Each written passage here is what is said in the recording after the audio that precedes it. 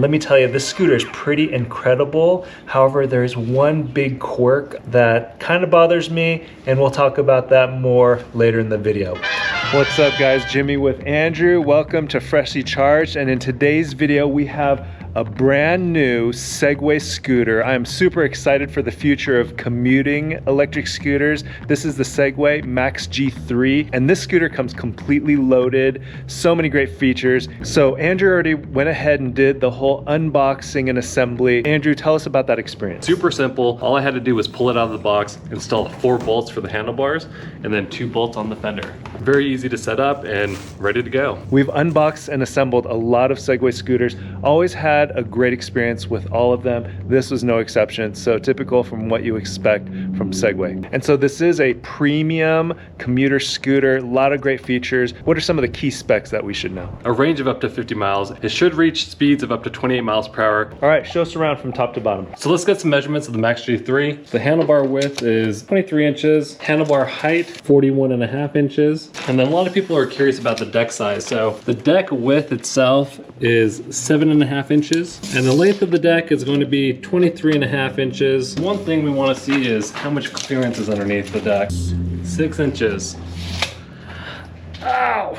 So it's got a lock on it, and I have a pattern lock. Any of you kids from the 80s and 90s, tell me if you recognize this pattern.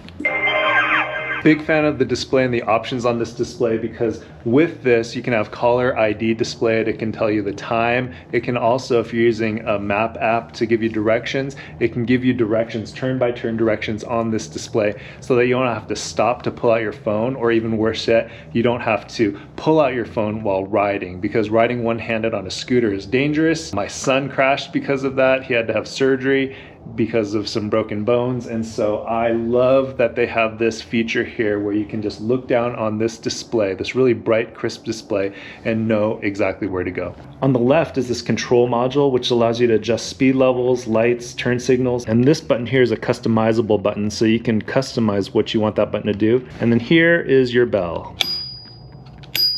Right here in the very center is a TFT LCD display. Very crisp, easy to see in direct sunlight. On the right side, you have this thumb throttle and also a twist throttle. The whole cockpit, it's designed to allow you to control everything with your thumbs and keep both hands on the handlebar for safe riding. There are bright turn signals. I like that they're protected on the edge, so that if your scooter were to fall, you won't have problems with the turn signal lights getting broken. Up in the front, you have this light bar, which is a nice touch. And then you have this adjustable headlight, which is pretty bright, but I like that it's high mounted and it is adjustable. Moving down, we have the folding mechanism. And then once folded, that'll lock in so that it'll be secure for carrying. Coming here to the front, you have this handle, and this handle also doubles as a place where you can lock your scooter. It's a nice spot where you can put a bike lock. Coming down from there, we have dual front hydraulic suspension with 44 millimeters of travel. This is an 11-inch by 3-inch self-sealing tubeless pneumatic tire with Segway technology designed. In most scooters and in bikes, you want the steering pole to come right down through the axle. In this case, you can see it's positioned more anteriorly. We've seen scooters like this in the past that have been a little awkward to ride, but in this case, they call it Segway technology. I'm not sure what they've done, but when we tested this out in Vegas and when we were just riding it around here in the streets and the neighborhoods, we've had no problems with stability issues. It actually feels really comfortable. So whatever they did with the Segway technology, putting this steering pole more anteriorly, it worked. These are 2-piston mechanical disc brakes.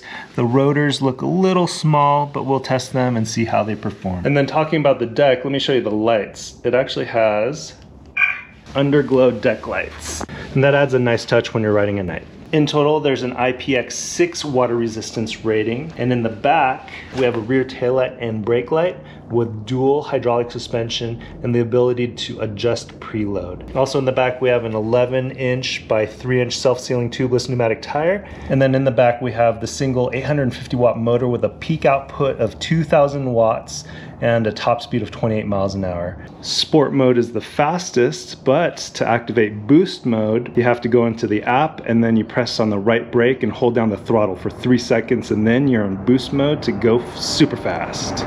All right, let's go take this for a spin where we can tell you what we love about it, what we hate about it, and who we think should buy this scooter.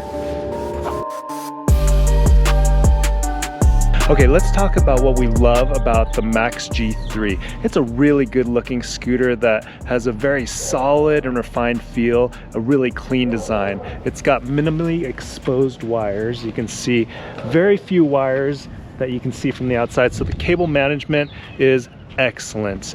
And on top of that, it's a really fast, zippy scooter. For a single motor scooter, this thing is really quick. In our GPS verified test, the scooter was very zippy off the line, and the acceleration in boost mode was very impressive, going from 0 to 10 in about 2 seconds, 0 to 20 in around 5 seconds, 0 to 25 in under 7 seconds, and a top speed of 28 miles an hour in just under 12 seconds, all while feeling smooth, stable, and under control.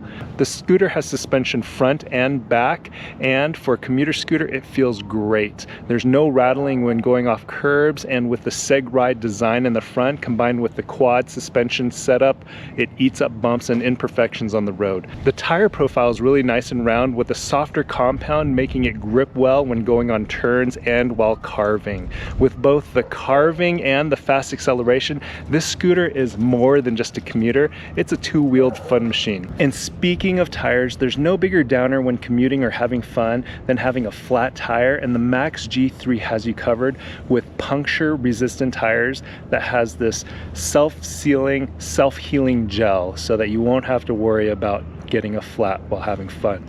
It has a really ergonomic cockpit that allows your thumbs to control everything. I love the option for the twist throttle or the thumb throttle. Let us know which you prefer.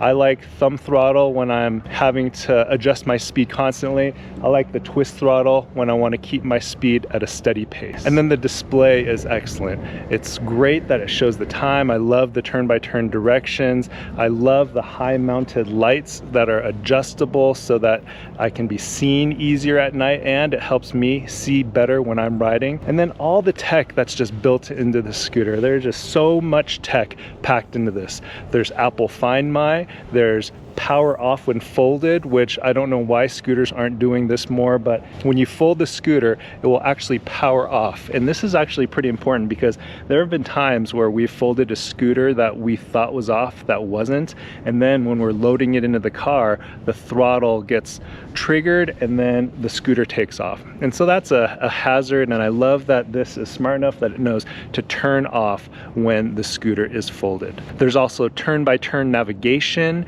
from the display module, which is really nice and crisp. There's caller ID up there. There's something called hill mode in this scooter, and check this out. So this hill mode is actually quite handy.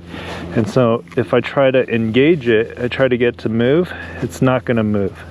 So you gotta hit the brakes, and now we can push it.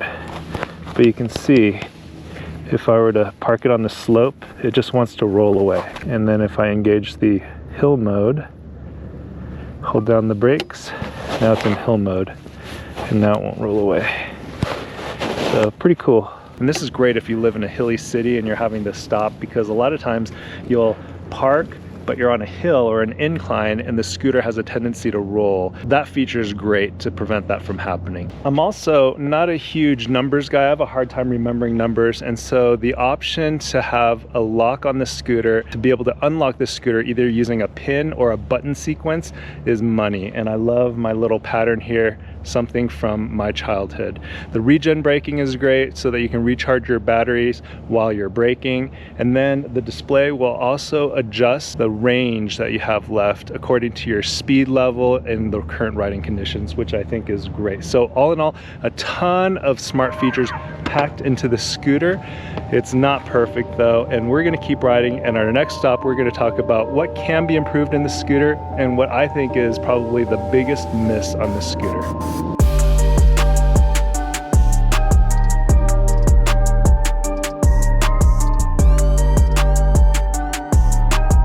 We have this thing called Segway technology built in the scooter. It's great for commuting, but it does create a different balance point on the scooter when jumping off curbs or just jumps in general.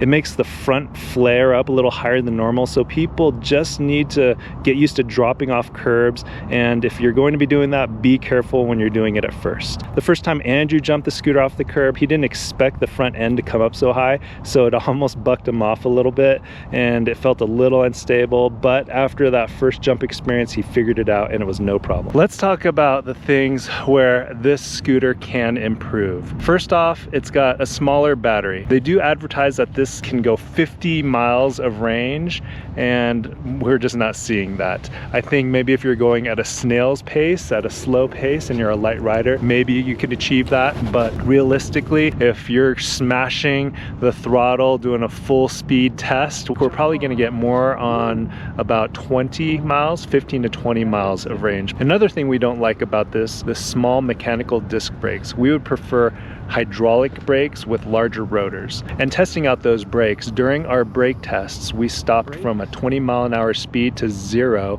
in about 18 feet, which is about average. Apple Find My is great if you have an Apple phone, but if you have an Android, you're out of luck. So with scooters, there's two options. You can do kick to start or push to start, or you can just do instant start. So as soon as you twist that throttle, you'll take off.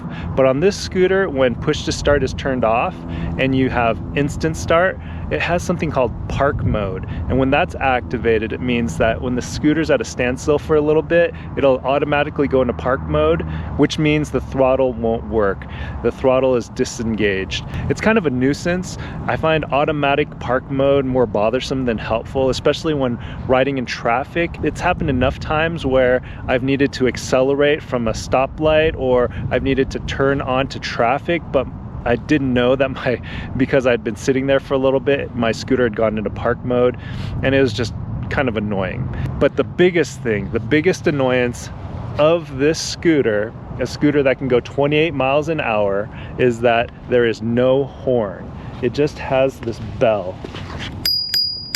For a scooter that goes 28 miles an hour, I plan on riding on the streets in traffic during my commute, and I think I'm going to need something louder than this little bell. That's my biggest gripe with this, and I think this is a remnant of something where this scooter has really grown up.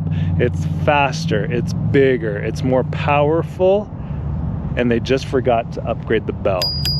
So hopefully they can change that to a horn here in the future. We charged up the Max G3 to full, been riding it hard, and with all this hard riding, we got 16.6 miles. And so that is worst case scenario, hard riding, 16.6 miles. We still have a little bit left in it, but note, after about 12%, we started getting throttling and couldn't get the top speed. The top speed has subsequently gone down over time to right now we're at 6% charge, and I can't even get it up to 10 miles an hour. So just keep that in mind. I'm gonna head home now so I don't get stranded, and then I'm gonna plug it in and charge her up. So we got a total of 17.1 miles.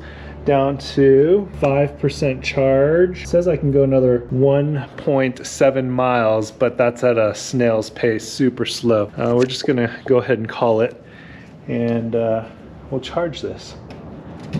So the nice thing is, it's just this cord. We just plug it here. It's 3 times fast, called the flash charge, and this is all you need. It should take about 3.5 hours to charge from empty to full. And finally, who is the Segway Max G3 for? This scooter is perfect for the tech enthusiasts who loves the latest and greatest tech in their scooters, because this is it. This is the scooter of 2025. It's great fit and finish, great design, really well constructed. It's comfortable, fully loaded, great for commuting, has a higher top speed, so it'll be great for fun. And when it comes to build quality and refinement, this is what we expect from Segway. Check out our full written review at freshlycharged.com. Thanks for watching, and when you guys ride, wear your safety gear.